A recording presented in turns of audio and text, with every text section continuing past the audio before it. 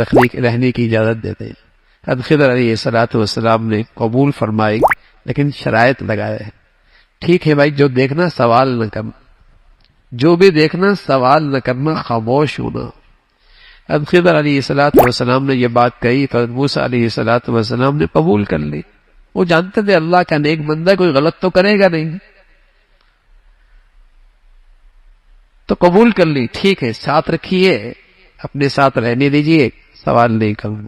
اللہ کی شان، کشتی پہ سوار ہوئی ہے اور کشتی والوں نے کرایہ بھی کوئی نہیں لیا، لیکن حضرت خضر نے اس کشتی کا ایک تختہ نکال دیا،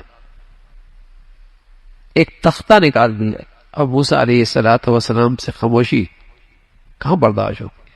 اس نے احسان کیا اور ہم نے نقصان کر لیا۔ اس نے کرایہ بھی نہیں دیا، احسان کیا اور ہم نے نقصان کر دیا۔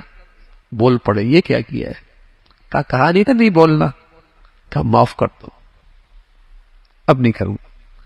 آگے گئے، اللہ کی شان، ایک بچہ کھیل رہا تھا، اس کی گردن اس کے جسم سے جدا کر دی۔ موسیٰ علیہ السلام کے بعد جو شریعت کا علم تھا اس کے مطابق تو یہ سمجھ میں نہیں آیا، فوراً سوال کر لیا، یہ کیا کیا آپ نے؟ بے قصور بچے کی جان لے دی، اس نہتے بچے کی جان لے لی۔ کہا نہیں تھا، کہ آخری موقع ہے، ایک مہلت اور دے دے۔ اللہ کی شان، ایک دیوار کے پاس پہنچے، ایک بستی میں پہنچے، کھانا نہیں پیش کیا، بڑے بے مروت تھے، اس سے واپس نکلنے لگے تو حضرت موسیٰ علیہ السلام سے خضر نے فرمایا دیوار گر رہی ہے، اسے کھڑا کرنا ہے۔ مزدوری کرتے ہیں، پتھر اٹھاتے ہیں، اس دیوار کو ٹھیک کرتے ہیں۔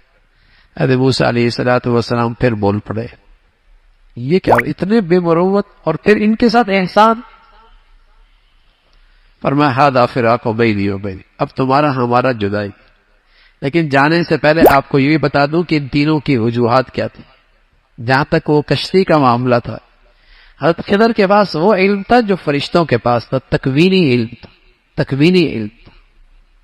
اور موسیٰ علیہ السلام کے پاس شریعت کا علم تھا، ان کے پاس تکوینی علم تھا فرشتوں کا۔ وہ جو پہلا مسئلہ ہے کشتی کا، اس میں ہم ساتھ احسان کیا تھا، ہم نے بھی احسان کیا، اس لیے کہ آگے ایک ظالم بادشاہ تھا جو کشتی بے عیب ہوتی تھی وہ چھین لیا کرتا تھا، اس کو عیبدار کر دیا تاکہ اس کی مزدوری چلتی رہے، تاکہ اس کی مزدوری چلتی رہے۔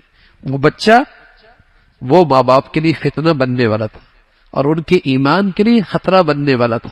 اللہ کی چاہت ہوئی، اللہ اس ماں باپ کو نیک اور صالح اولاد اس کے بدلے میں دیتے، اس لیے اللہ نے یہ فیصلہ کروایا۔